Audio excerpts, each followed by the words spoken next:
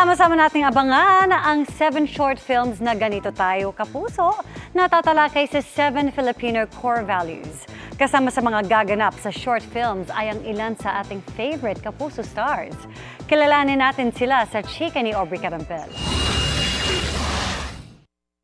First day high ang naramdaman ni na Sofia Pablo at Allen Ansay sa kanilang unang araw sa university. Para i-celebrate ang kanilang pagpasok sa college life, nag-TikTok pa ang dalawa wearing their uniforms. Nag-post din si Allen ng snaps from their new school. Pansamantalang nahinto si Allen ng college at ngayon back to school dahil na-inspire kay Sofia. Last year, sabi ko parang gusto ko na pumasok ng pag-aaral kasi nakikita ko siya na pagsasabay niya naman. And ayun, finally magkaklase na kami yung dalawa. Bachelor of Arts in Communication ang kinuhang kurso ni na Sofia at Allen. Advantage nga rin daw nang magkaklase sila.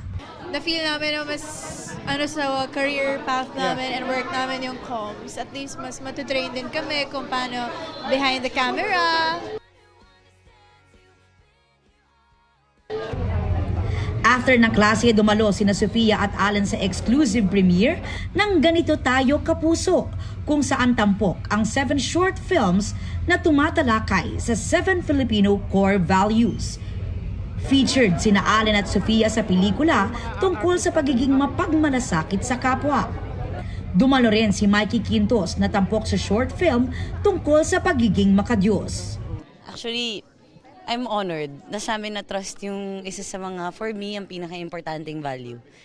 Kasi syempre dapat siya yung inuuna natin, di ba?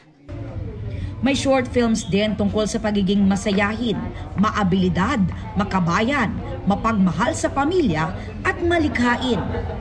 Present din ang ilang Sparkle Stars at Sparkle Kids. Dumalo rin sa screening ang mga opisyal ng GMA Network.